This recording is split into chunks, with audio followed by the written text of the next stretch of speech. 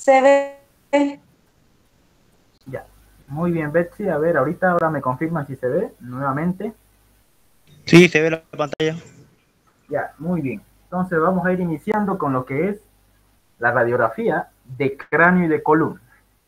Así pongan en sus apuntes. Por eso yo siempre les digo que, bueno, a mis conocidos, a mis alumnos incluso les digo que pongan en sus apuntes, siempre tengan un apunte a la mano. Y pongan ahí el título grande que se vea, ¿no? Radiografía de cráneo y de columna. Este tema muy interesante en lo que es más que todo los traumas que hay, los traumatismos automovilísticos, por ejemplo. Los traumas que hay de cráneo, los traumas de columna. ¿Cuántas veces no hay personas que se fracturan o que se caen? Mayormente son pacientes de mayor edad que se pueden incluso fracturar la cadera y la columna. Entonces hay que tomar en cuenta estos pacientes. Y siempre solicitar de acuerdo a la clínica del paciente. No siempre solicitar una radiografía, una tomografía, una resonancia, las tres, no. Porque hay que valorar siempre la economía que tiene el paciente. Si ustedes ven que su paciente es bien, o sea que tiene dinero para hacer los estudios, entonces denle para hacer los estudios de elección. Pero si el paciente ven ustedes que el paciente no tiene suficientes recursos, dice que apenas está, entonces pues le van a solicitar una radiografía, que es lo más barato, incluso cuesta alrededor de unos 50 bolivianos, 50 pesos, 100 bolivianos, ¿no? Lo máximo. Pero, como le digo, hay estudios de elección para tales casos, en este caso de trauma, ya de cráneo y de columna que vamos a ver, pero obviamente se tienen que complementar siempre con radiografía. Y su gold standard, o sea, su estudio complementario de elección, cada uno tiene. Entonces eso lo vamos a ver con detalle mientras vamos avanzando las diapositivas. Entonces vamos a iniciar con radiografía de cráneo y columna. Vamos a ver un poco de historia, yo creo que ya han visto, algunos de ustedes ya saben un poco, para recordar más que todo, la historia de los rayos X. ¿Quién fue el que lo descubrió y en qué fecha? Es lo importante saber estos temas un poco de la historia, ¿no? Los rayos X fueron descubiertos en 1985, mire, en Hamburgo, Alemania, por el doctor Wilhelm Conrad Röntgen. Él fue el que lo descubrió y el que creó lo que es la radiografía con rayos X. Entonces, miren, esta es la primera radiografía aquí que ven en la imagen derecha, la primera radiografía que hizo Wilhelm, el que hizo a su esposa. Miren, aquí tienen el anillo, ¿no?, de compromiso que tiene después de su esposa Berta. Y miren cómo ahí se ve la primera radiografía que se colocó. Obviamente fue de manera incidental, o sea, fue como un accidente. Y miren cómo se pudo lograr proyectar esta imagen con rayos X. Entonces, esta es la primera radiografía en el mundo que se creó, ¿no? Entonces, ya pasando a la historia, vamos a irnos a la digitalización. Ahora van a ver que todas las imágenes radiográficas se encuentran incluso en internet, se encuentran almacenadas en los hospitales, ya que gracias a eso se creó lo que es la digitalización, para que uno pueda, las imágenes las puedan guardar, y así no estar guardándolo en un montón de papeles, sino mostrándolos en la misma computadora, en el mismo dispositivo. Lo que me permite que se guarden esas imágenes de forma digital, me permite tener mejores imágenes, incluso que las que muestran ahí en presente, ¿no?, que se ve en físico, las imágenes radiográficas. Entonces, ahora con la digitalización de ahora, se permite ahora ver mejor las imágenes que se toman en radiografía. Y incluso un mejor almacenamiento, ya que en todo en una computadora directamente le van a poner la radiografía del paciente. Entonces eso es lo que se ha hecho ahora con la digitalización de las placas de rayos. Muy bien, entonces vamos a ir continuando. Vamos a hablar primero de las densidades, que esto es lo importante ver. Las densidades. Las densidades, ya alguno más o menos se da cuenta, ya recuerda un poco de esto, de las densidades. ¿Cuáles son las densidades? Aquí está, mire, vamos a ver la escala primeramente de grises. ¿Ya? La escala de grises. Tenemos la densidad negro, que está aquí, que está en oscuro, que normalmente predispone al aire. Ya en la radiografía, en los rayos X, van a ver ustedes que lo negro, lo oscuro, normalmente representa al aire. Vamos a ver enseguida eso. Miren aquí, lo un poco oscuro, un poco la tonalidad un poco más claro. Miren, se vea la tonalidad de la grasa. ¿Ya? Entonces ahí estamos bien. Oscuro, aire. Aquí miren, un poco más oscuro, intermedio, la grasa. Y un poco más blanco, miren, aquí se ve el agua. La densidad agua.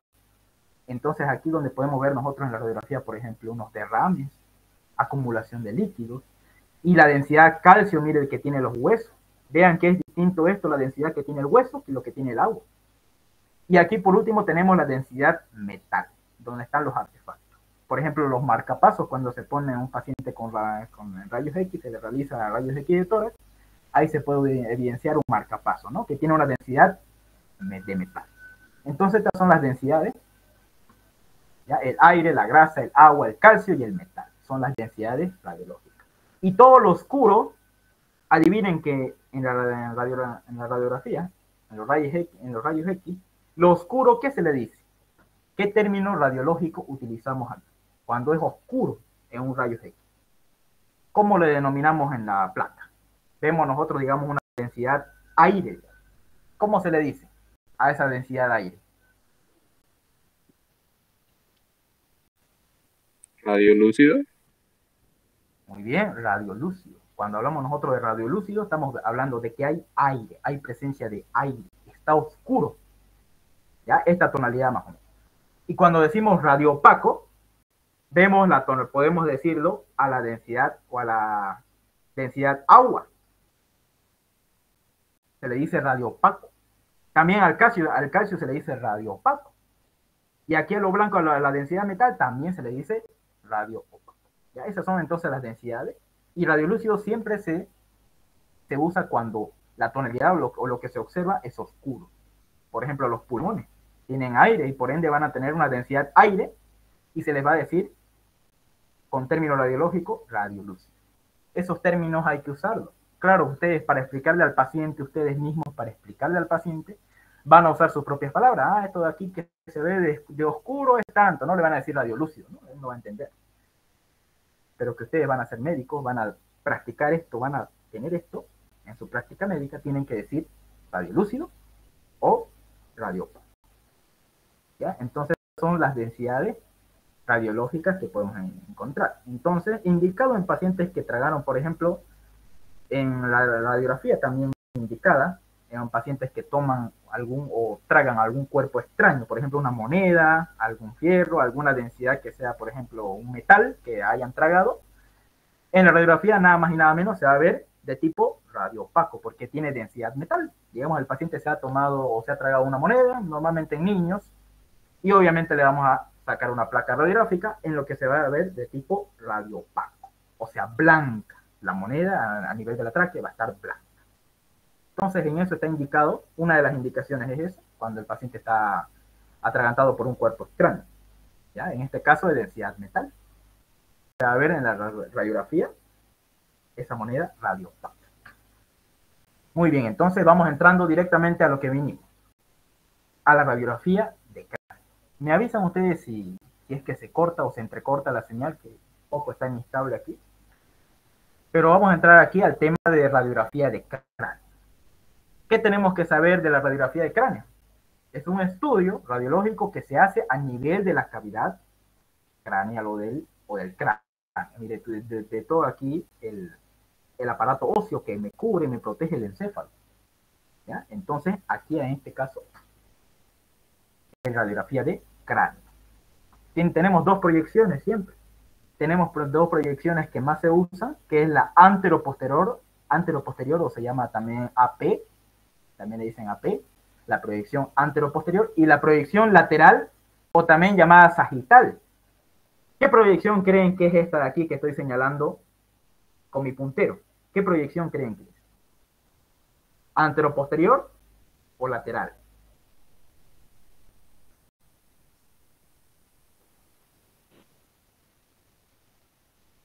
Anteroposterior.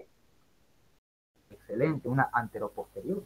Y a este lado, una lateral. ¿Ya? Entonces, así ustedes van a identificar las proyecciones que se usan en la radiografía de cráneo. ¿Ya? Aquí van a ver una proyección anteroposterior de este lado, y aquí una proyección lateral o sagital, porque le hacen un corte sagital para que se observe, miren, la base del cráneo. Mira, aquí se encuentra muy bien la silla turca, la apófisis crinoides posteriores y las anteriores. Muy bien se observan. Los senos, el seno esfenoidal también aquí se observa. Y miren aquí el clivus del occipital, etcétera, etcétera. Entonces miren cómo se observa bien en detalle los detalles anatómicos del hueso, de la base del cráneo.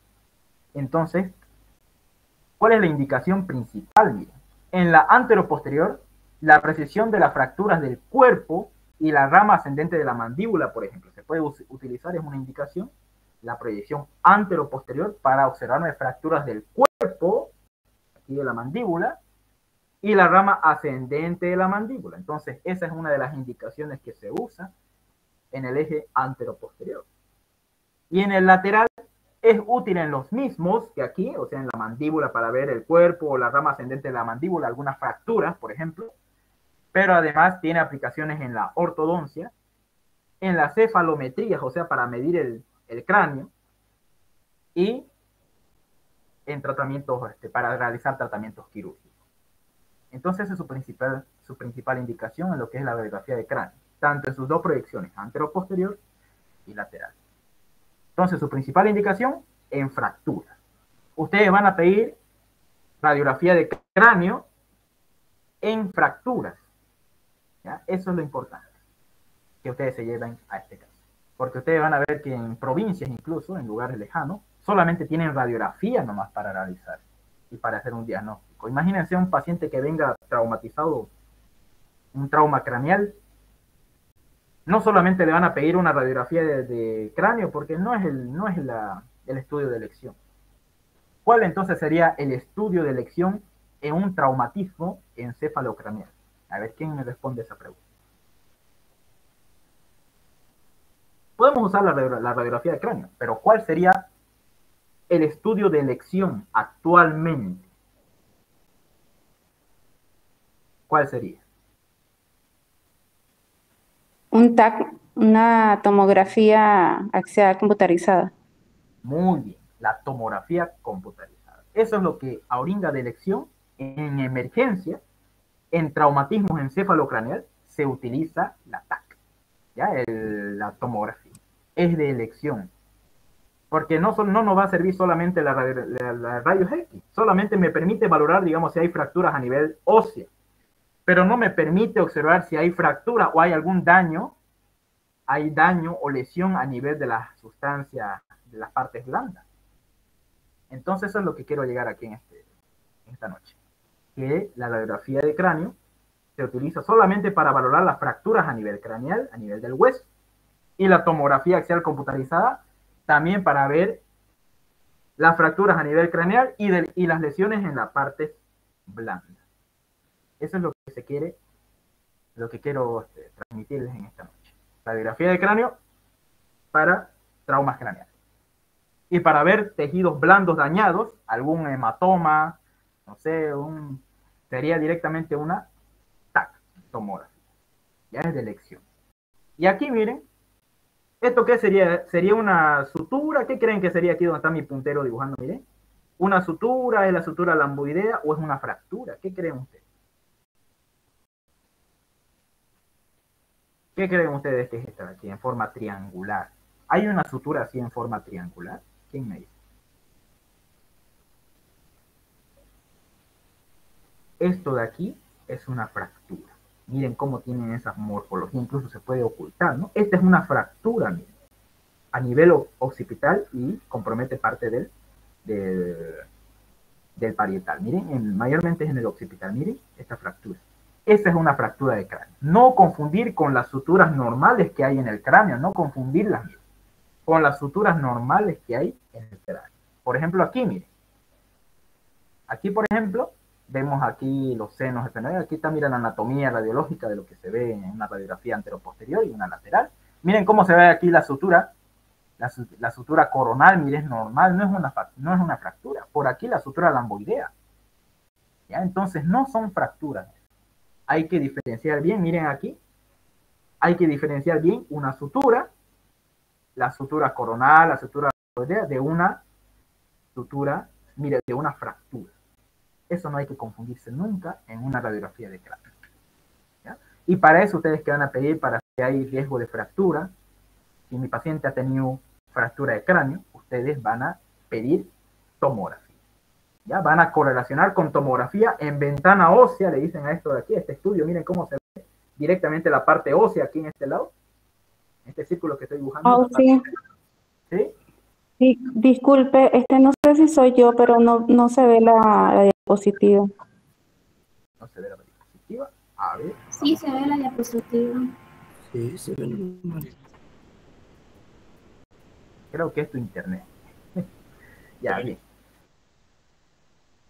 Entonces vamos a continuar. Miren, en esta parte entonces de aquí abajo, esta parte, miren cómo se toma una tomografía con ventana ósea, les dice. Miren, solamente se ve la parte ósea en esta tomografía. Entonces se le llama tomografía axial computarizada en ventana ósea. Y ahí me permite ver mejor la fractura. Y mucho mejor si es que si le piden ustedes con tomografía computarizada con reconstrucción en 3D. Mejor si lo piden así. Miren cómo se puede observar bien aquí las suturas que existen, naturales del cráneo. Aquí miren una fractura. Entonces todos esos detalles tenemos que observar muy bien. Primero, ya saben, le piden una radiografía de cráneo, tienen dudas, o pillan fracturas, una fractura de cráneo pillan, y lo vamos a correlacionar con tomografía.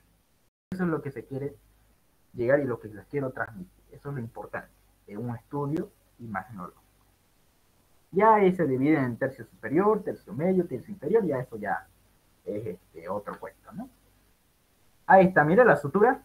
Aquí está la sutura lamboidea, mire cómo se observa, parece una fractura, ¿no? Pero no es una sutura normal que hay. Es una sutura normal. Miren esto, aquí creen que es una fractura. ¿Qué me dicen ustedes? Esta parte de aquí es una fractura. No, no es una fractura. Es la protuberancia occipital interna, o también llamada protuberancia occipital endocraneal. ¿Ya? Aquí, la protuberancia occipital interna. Esto es un poco repaso de anatomía. Miren aquí, se encuentra el punto craniométrico pterión, en que me une la escama, la porción escamosa en sí, las alas del esfenoide, y aquí me lo va a unir junto con la sutura coronal. Entonces son suturas esto, no son fracturas. Ojo, son suturas normales que hay en el cráneo, y nunca confundirlas con fracturas. ¿Ya? Son suturas normales que hay, y puntos craniométricos normales. Miren, aquí ya se observa el esfenoide, la silla turca, y los procesos, los senos esfenoidales, etcétera, etcétera. Ahí se observan los senos maxilares también, y aquí la apófisis cigomática, etcétera, etcétera. Bien, otras proyecciones aparte de estas que hemos visto, antero, posterior, lateral, hay otras proyecciones que se llama proyección de Caldwell, por ejemplo. Esta proyección de Caldwell me permite observar, miren, inclusive un poco más arriba se ve que está proyectando su cara del paciente, me permite observar los márgenes supraorbitarios, aquí los márgenes supraorbitarios de aquí, eso me permite ver, me permite evidenciar la apófisis crista galli, miren, aquí está la apófisis crista galli. Entonces podemos nosotros, si sospechamos de alguna fractura, a ese nivel podemos pedir esta proyección de Caldwell. Ustedes van a pedir para observar cómo está la apófisis crista galli o si se ha afectado el hueso etmoide. También me permite observar la sutura sagital, también, aquí por ejemplo, el cráneo posterior en sí, en la parte posterior, la sutura lamboidea, que no se observa aquí muy bien, y la cresta petrosa, ¿no? A este nivel. Entonces, uno tiene que proyectar de acuerdo a lo que quiere buscar. Esta es la proyección entonces de Caldwell. Otra es la proyección de Water, por ejemplo. La proyección de Water, estructuras visibles en el tercio medio facial. Aquí en este tercio medio facial me pueden observar, miren cómo el paciente está elevando un poco su rostro hacia arriba. Y me permite observar los senos maxilares. Miren, aquí están los senos maxilares. Por ahí en una sinusitis, por ejemplo. El seno frontal también, miren cómo se observan estos senos, que son espacios llenos de aire que se encuentran dentro del hueso. Los senos frontales. Y por eso van a ser un poco más oscuros, más radiolúcidos, porque tiene densidad aire. Entonces no se olviden, proyección de Water me permite observar las estructuras del tercio medio facial. Aquí están las estructuras del tercio medio facial, incluyen los senos maxilares, el seno frontal, miren, me permite también evaluar, el seno etmoidal también, que aquí se encuentra, me permite observar las órbitas, cómo están, si no tienen alguna fractura, la cavidad nasal también, miren, por este lado, y los arcos cigomáticos, por este lado. Entonces, eso me permite observar la proyección de Water, ¿ya? En esos casos. Y la proyección de Towne me permite evaluar el hueso occipital. Miren cómo se ve distinto. Miren, ahí se ve muy bien el septum nasal, miren. Miren, ahí está el septum nasal, miren, como es una vertical, como una línea vertical. Eso me permite evaluar estas proyecciones de Towne, por ejemplo. El hueso occipital también, si vemos alguna fractura a este nivel del hueso occipital, la proyección de Towne me va a dar una mejor evidencia, me va a permitir evaluar de mejor manera el hueso occipital.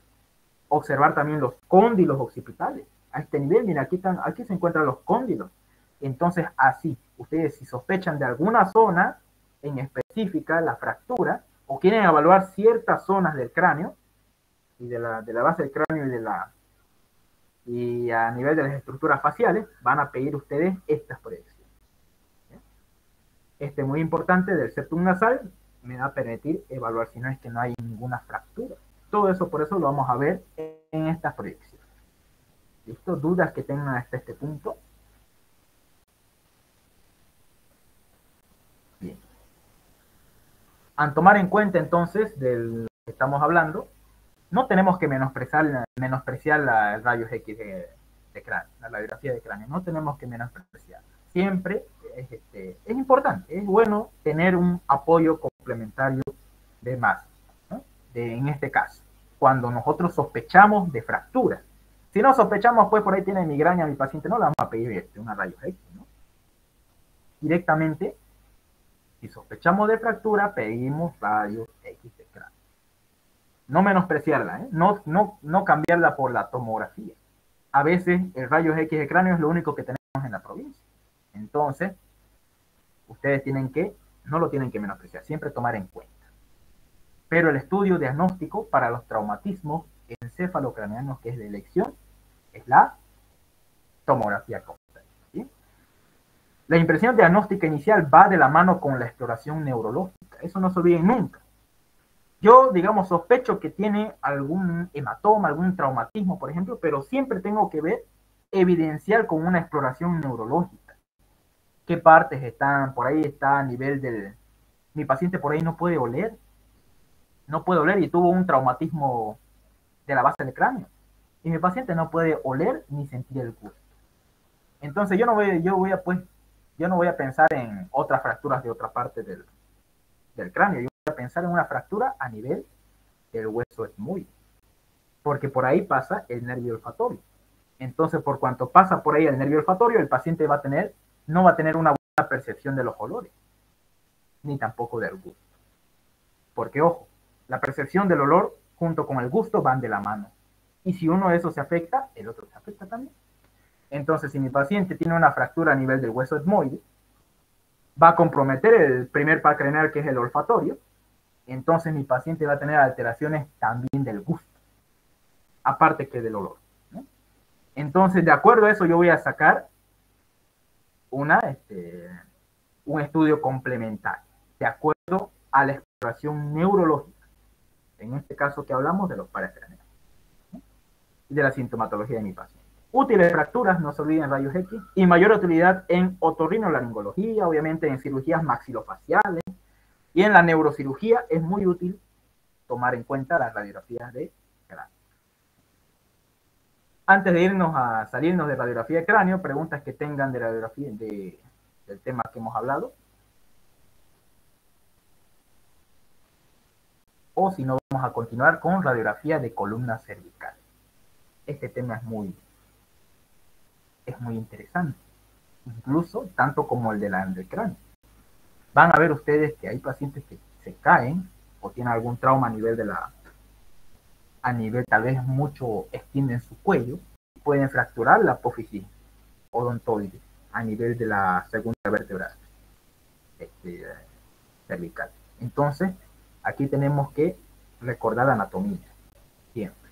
Entonces, la radiografía de columna cervical es un estudio diagnóstico que se realiza a nivel cervical, a nivel de la columna cervical, ¿ya? Se realiza a nivel de la columna cervical en dos proyecciones. En una proyección lateral, y aquí a la izquierda, y una proyección aquí, una proyección anteroposterior. Entonces eso es lo importante que nosotros tenemos que ver aquí, ¿ya?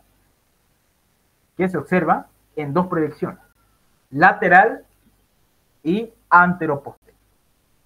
Y obviamente esta radiografía a nivel de la columna cervical tiene mejor costo y es de mejor acceso.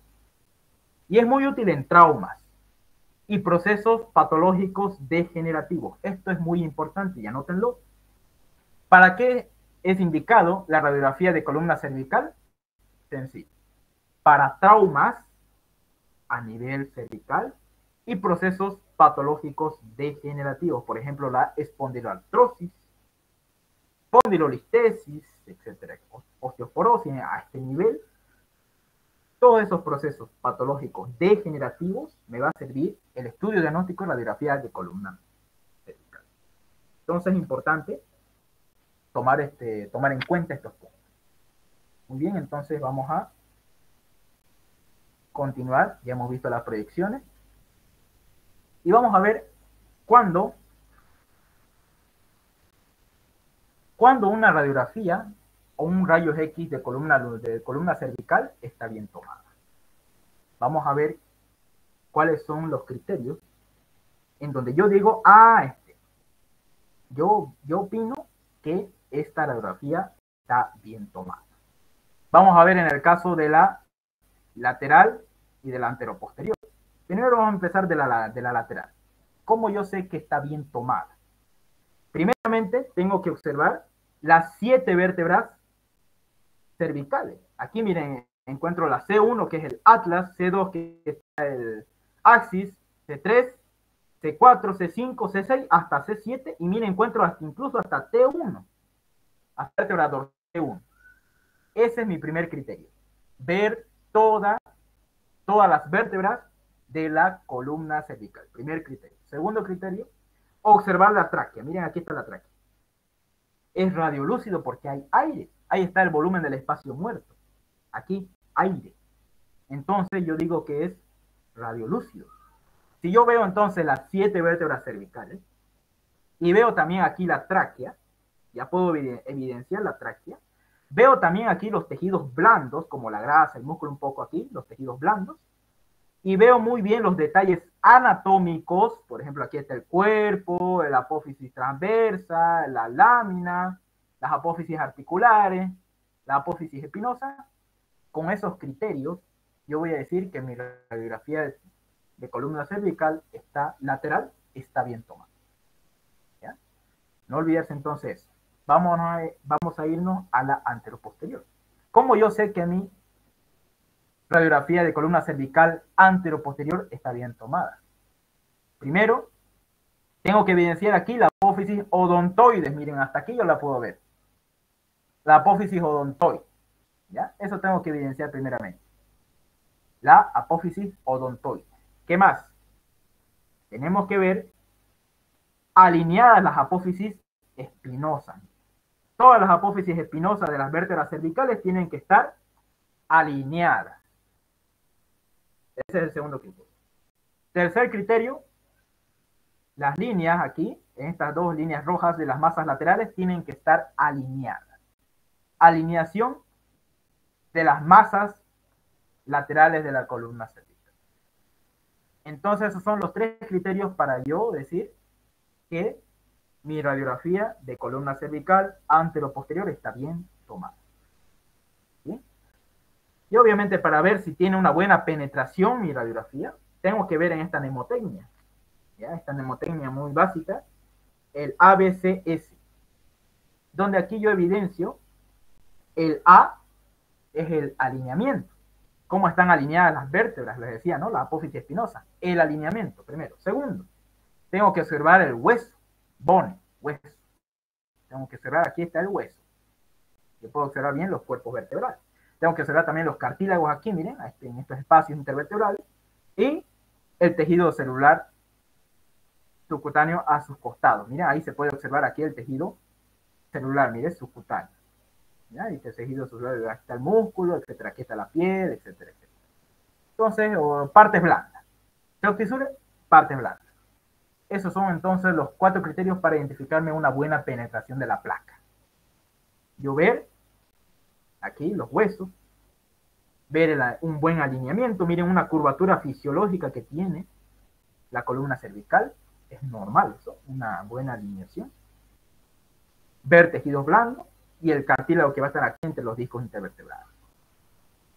Muy bien, entonces así yo voy a identificar que mi radiografía de columna cervical está bien penetrada. Y aquí, mire, vamos a observar lo siguiente. En esta radiografía lateral de columna cervical, vamos a encontrar distintas líneas. Esta línea anterior, dicen, miren esta de color azul, que yo lo estoy poniendo con rojo.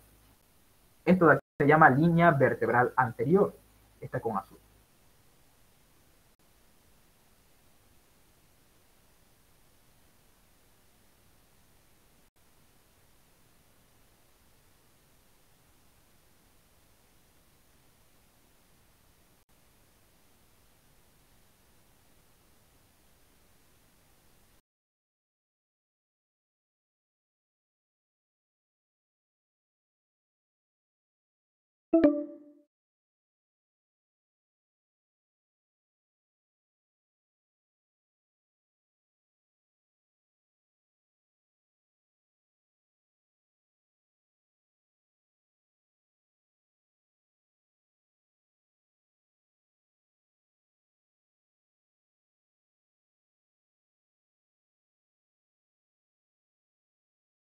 Se llaman osteofitos.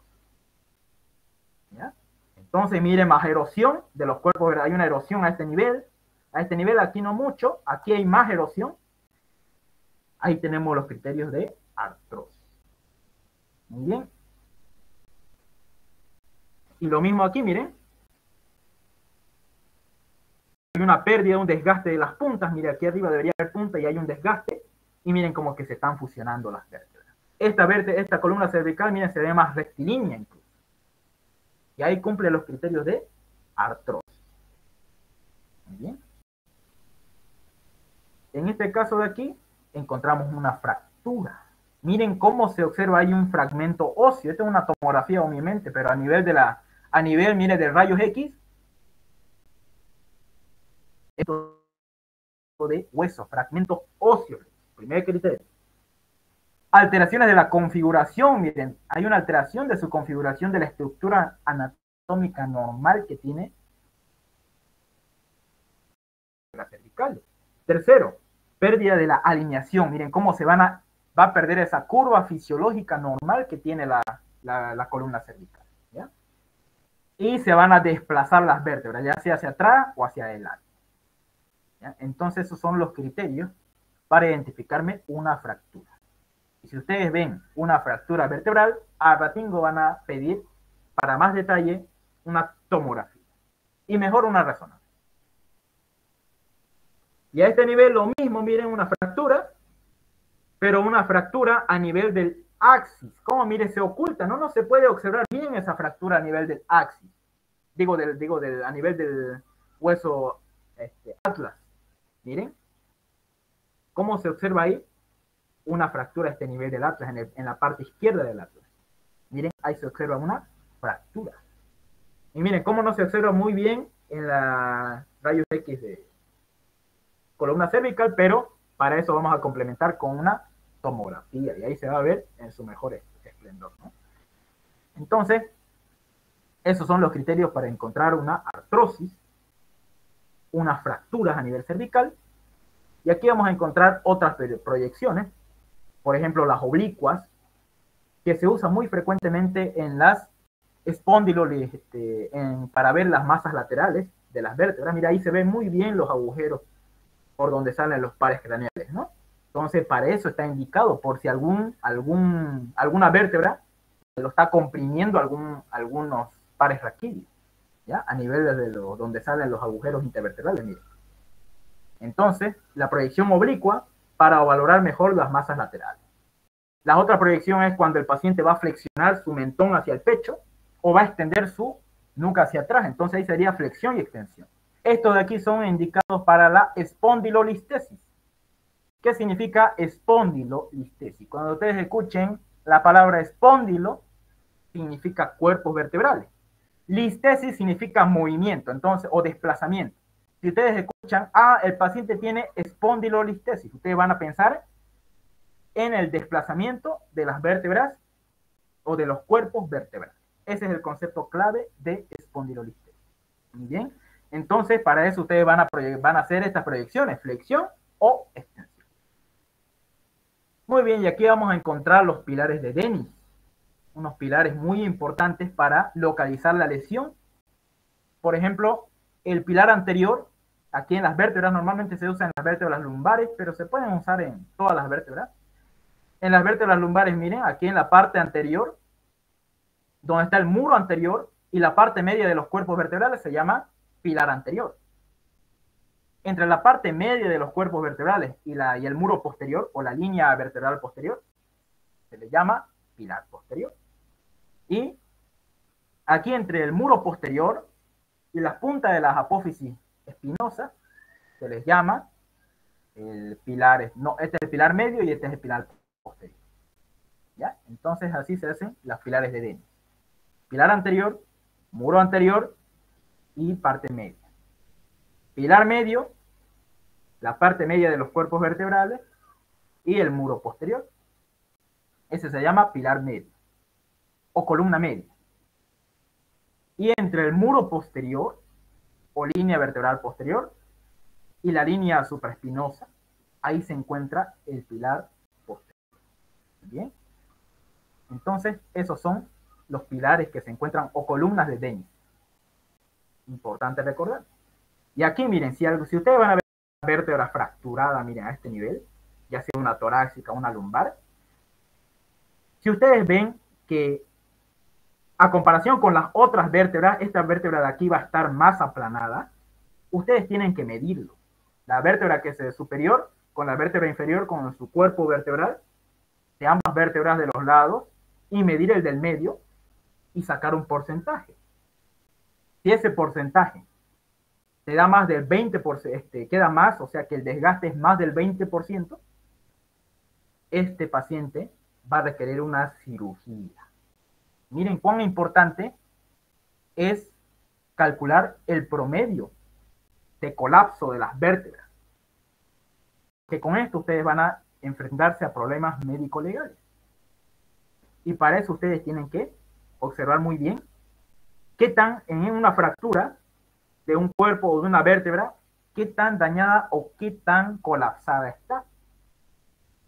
Si necesita cirugía o no necesita cirugía. Midiendo el porcentaje o el promedio de colapso. Eso es lo importante. No se olviden que si es mayor del 20%, sí o sí necesita cirugía el paciente. Si es menos del 20%, no necesita cirugía.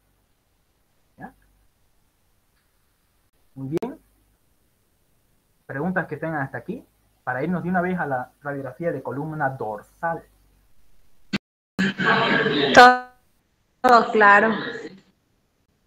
Muy bien, entonces vamos a continuar con radiografía de columna dorsal.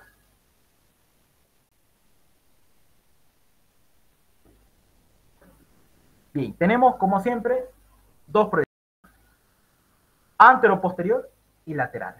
La anteroposterior, miren cómo se observa la columna, pero lo malo que esta proyección anteroposterior hay este artefacto, o sea, hay partes blandas que me lo van a estar ocupando y no me van a dejar ver con detalle las vértebras dorsales. Y hay también la lateral, la proyección lateral, para ver, no me va a permitir ver muy a detalle las estructuras, porque va a ver las estructuras de las partes blandas me lo van a tapar. Eso es el problema aquí en la radiografía de columna dorsal, y a veces directamente piden tomografía. Pero ¿cuál es la indicación principal de una radiografía de columna cervical? Digo, de columna dorsal. Cuando ustedes estén, digamos, en el hospital o en el internado, ¿cuál es la importancia de pedir una radiografía de columna dorsal? Es para pedir en las escoliosis. Esa es la principal indicación. En las escoliosis. ¿Ya? En las escoliosis. Miren cómo se ve esta columna, miren cómo se ve muy lateralizada. Una escoliosis a nivel dorsal. Miren cómo se observa tan lateralizada. Entonces, principal indicación de la radiografía de columna dorsal, escoliosis. Entonces vamos a medir, que pillemos esa escoliosis, vamos a medir el ángulo de Cobb que se encuentra aquí. El ángulo de Cobb me va a permitir visualizar a qué nivel está la escoliosis y qué tan desviada está. Junto con el ángulo de Cobb me va a permitir ver eso. Ya que se traza aquí una línea imaginaria y tras que la vértebra que se está viendo de la parte media que hemos trazado se está desviando, ahí vemos el primer ángulo. Y cuando se está regenerando de la parte media, ahí ponemos el otro ángulo. Se llama el ángulo de Cobb. Tenemos que evaluar entonces la ubicación, la localización y el ángulo de Cobb en la escoliosis. Principal indicación de radiografía de columna dorsal. En este caso, mire, esta es una fractura también se piden las fracturas de chance. Las fracturas de chance, miren, por ejemplo, son más comunes a nivel, pero también se pueden producir a nivel dorsal. Las fracturas de chance normalmente son producidas por accidentes automovilísticos, ¿ya? Las fracturas de chance. Por flexión y distracción, o sea, cuando uno está en un auto, al flexionar y al retraerse con fuerza y con el cinturón de seguridad, va a producirme este tipo de fracturas. Más común a nivel de las vértebras lumbares entre L1 y L2. Y algunas raras hay también en las vértebras dorsales. Entonces, para eso se puede pedir esta proyección también, la radiografía de columna dorsal, en las fracturas de chance. ¿Ya? Y para eso para identificar muy bien la fractura de chance, vamos a pedir tomografía. Y si en tomografía no la encontramos la lesión, vamos a pedir resonancia magnética, que es de elección, en las fracturas de chance. Entonces, miren cómo es esa fractura transversal que tiene. Normalmente en los accidentes automovilísticos. Bien. Ahí está, miren. Esta es una tomografía, miren cómo se observa ahí. Aquí a este nivel la fractura. Hay un colapso aquí en el muro anterior, miren, hay un colapso. Y aquí, miren, una fractura transversal que incluso compromete, miren, aquí están las apófisis espinosas. Entonces, para eso esto es importante. Para eso es importante tomar tomografía. Aquí también, mire, se observa una fractura de chance horizontal, mire. Y aquí en la radiografía en este caso de columna lumbar, mire, ahí se observa una fractura también de chance. Mire, ahí cómo se observa las lesiones que se encuentran a este nivel de la vértebra. Es una lesión transversal. ¿Ya? Muy bien. Entonces, pasándonos a esto, nos vamos a ir directamente a la radiografía de columna lumbar, que es lo que más se pide, porque la mayoría de las fracturas o algunos accidentes o algunas alteraciones lumbares, algunas alteraciones de la columna, se acentúan más en la columna lumbar. ¿Ya? Como siempre tenemos dos proyecciones, AP, antero-posterior, miren cómo se observa bien las apófisis espinosas, alineadas. Y aquí uno que otro, mire, burbujitas de aire, ¿no? Por el colon, por los intestinos. Y otra proyección que se llama la lateral, proyección lateral. Ahora, estas proyecciones son útiles, o sea, la radiografía de columna lumbar es útil en trauma, para valorar espondilolistesis, espondiloartrosis, fracturas, hernia de disco incluso, con radiografía de columna lumbar. Si la vértebra se aplasta hacia adelante, no es tan grave. Eso siempre. Si las vértebras se aplastan por una fractura adelante, no produce muchos síntomas al paciente. Pero si la fractura es posterior, o sea, en el muro posterior hacia atrás, se aplasta hacia atrás, tenemos graves problemas porque ahí se encuentra lo que es la vía piramidal y el paciente puede tener distintas alteraciones en esa vía de la segunda motoneurona. Entonces es importante tomar en cuenta de acuerdo a qué nivel la vértebra está desplazada, si está desplazada hacia adelante o hacia atrás. La que va a tener sintomatología es la de desplazamiento posterior, porque esa va a producir mayor síntomas, signos y síntomas al paciente. ¿Sí? Y miren, aquí encontramos una espondiloartrosis. ¿Cómo se ha identificado una espondiloartrosis?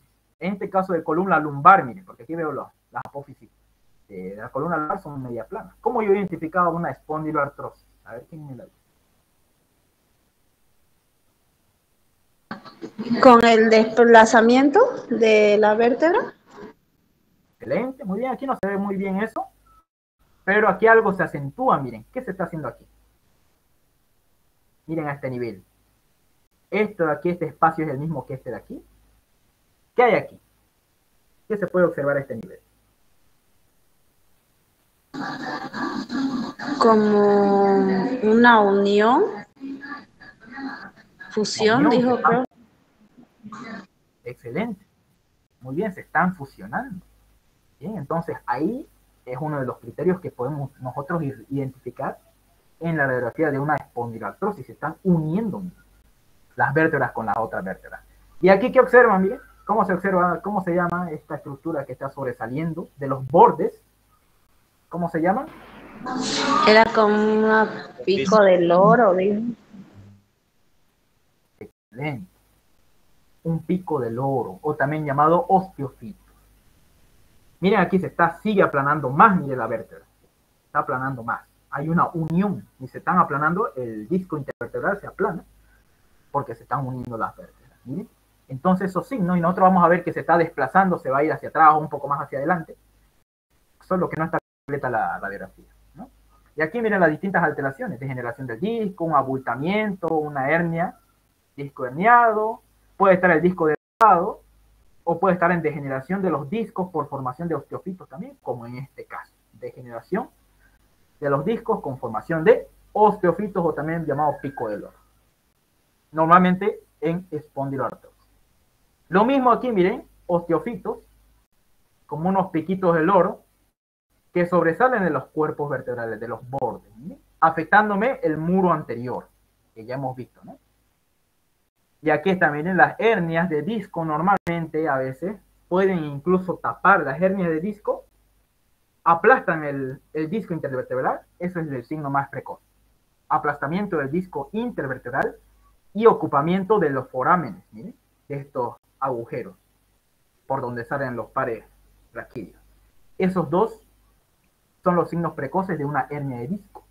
Entonces, para confirmar mejor, ¿qué le voy a pedir yo al paciente si en la radiografía no se puede ver bien? Yo estoy sospechando nomás hernia de disco. Resonancia. Excelente. Una resonancia magnética. Y ahí, miren, puedo ver muy bien, se está aplastando el disco intervertebral y se está sobresaliendo una hernia. Aplastándome, miren, aquí la cola de caballo. Entonces, mi paciente va a tener síndromes parasimpáticos. Bien, porque miren, me está aplastando la cola de caballo. Entonces, el estudio de detección para una hernia, resonancia magnética, es directo. Bien. Y aquí miren, una radiografía lateral y anteroposterior, en la que se pueden señalar una fractura. Miren cómo hay un aplanamiento, miren. Un aplanamiento del cuerpo vertebral, comprometiéndome el muro anterior, ¿no? Entonces, ¿qué decía la literatura?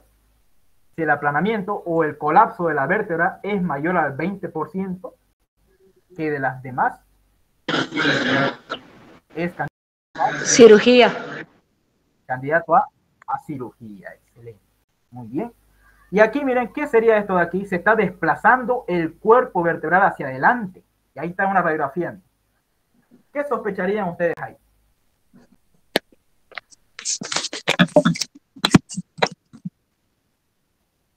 A ver, participen. ¿Qué sospecharían ahí? Miren cómo se está desplazando la columna lumbar hacia adelante. Entonces, vamos con el término de la enfermedad. El cuerpo vertebral se desplaza hacia adelante. ¿Qué significa cuerpo vertebral? Espóndilo. Que se desplace hacia adelante o que se está desplazando, listesis. Entonces la enfermedad se llamaría espondilolistesis. Muy bien. El desplazamiento, miren, de los cuerpos vertebrales hacia adelante se llama anterolistesis. Y hacia atrás, posterolistesis. Bien. Siempre que encontremos esto, funcionar con tomografía. Lo mismo aquí, miren, una espondilolistesis, una anterior, miren, y aquí una posterior, miren, cómo se desplaza, en este caso a nivel cervical, miren cómo se desplaza hacia atrás, miren. columna cervical y aquí la columna, que mire cómo se desplaza hacia adelante. Anterolistesis y posterolistesis. Muy bien, dudas que tengan sobre esto que hemos hablado así rapidito, para irnos al caso clínico. Por favor, ¿puedes repetir los nombres de los desplazamientos que no lo escuché bien? Muy bien, cuando decimos espóndilo es el cuerpo vertebral, listesis es desplazamiento. Entonces, si tu desplazamiento del cuerpo vertebral es hacia adelante, se llama anterolistesis.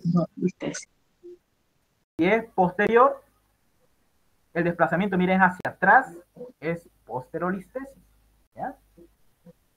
Entonces, para correlacionar mejor esto, vamos a pedir una TAC. ¿Se entendió o no se entendió?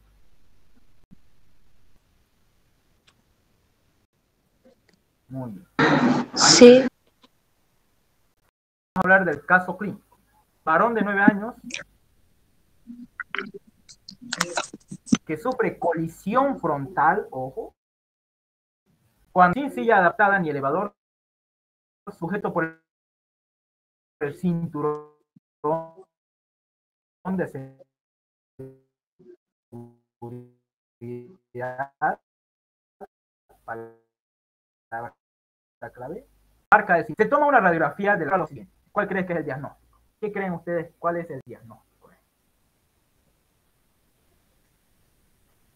¿Cuál era la principal patología que se caracterizaba por que el paciente tenía antecedentes de accidentes automovilísticos y que se producía por el cinturón de seguridad? ¿Cómo se llamaba esta patología? Ese tipo de fractura. ¿Cómo se llamaba? Fractura de Chance. Excelente, fractura de Chance.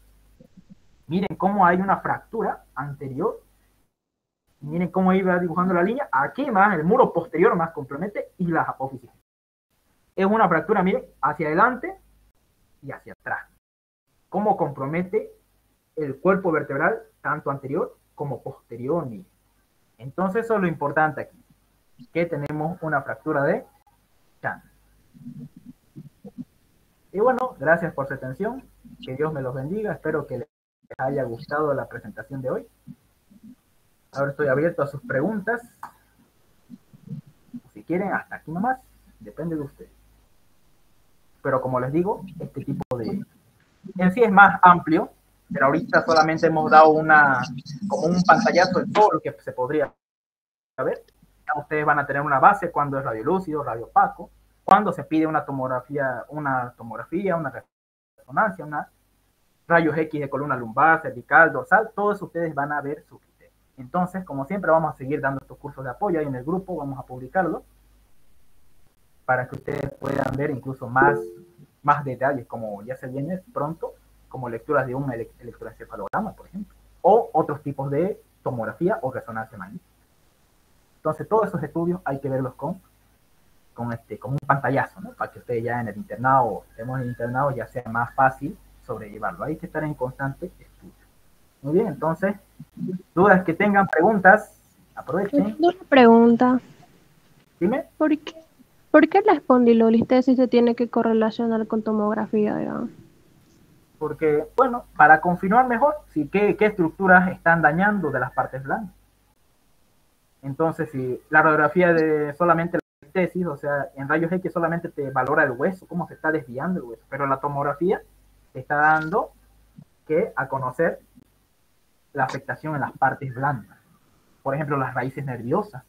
Por ahí tiene un síndrome piramidal mi paciente. Todo eso te va a permitir ver la tomografía, qué parte está afectando. Pero normalmente se pide rayos X.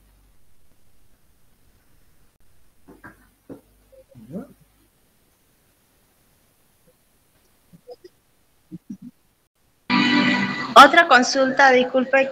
El otro nombre que dijo Pico del Oro, del Pico del Oro, su otro nombre que se lo conoce.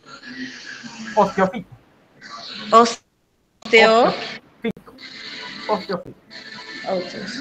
Osteofito. Gracias. Es muy común en pacientes que paran alzando pesado. Por eso no es bueno nomás así alzar cosas pesadas, digamos, sin acostumbrarlo a su cuerpo. Porque a la larga, cuando es crónico y alzan muchas cosas pesadas con su columna o alzan, entonces mayormente estas pacientes que alzan pesado y se agachan hacia abajo para alzar las cosas, normalmente esas pacientes tienen osteofitos, picos del loro, también llamado osteoartrosis, común en pacientes mayores de edad avanzada, e incluso en mujeres adultas. Entonces hay que correlacionar siempre. Obviamente, por cuanto son de esfuerzo, también es común en hombres, ¿no? Bien. Entonces, otra duda, otra pregunta que tengan. Gracias. Dudas que tengan. Y bueno, la próxima. ¿Cuál sería la causa? ¿Cuál? ¿Sí, Fernando? En la hernia de disco, ¿cuál sería la causa? Pues normalmente hacer movimientos, mayormente en las hernias de disco, hacer movimientos que alteren tu columna, por ejemplo, hacer movimientos bruscos, o que estés alzando también mucho peso, también puede producir una hernia de disco. Un peso excesivo que uno alza, ya mayormente por esfuerzo físico, o hacer unos movimientos ya muy compresivos, eso va a hacer que se hernie ese disco por la presión, por el peso, y se salga de su lugar. Eso ya sería algo ya agudo. Ahora, lo algo crónico sería la espondiloartrosis, como formación ya de pico del loro, etcétera, etcétera. Pero en este caso puede alzar muy pesado durante muchos años el pico del loro. Pero ya el hernia de disco puede suceder en ese momento, es algo agudo, ya algo más reciente. ¿Ya? Esa es la diferencia.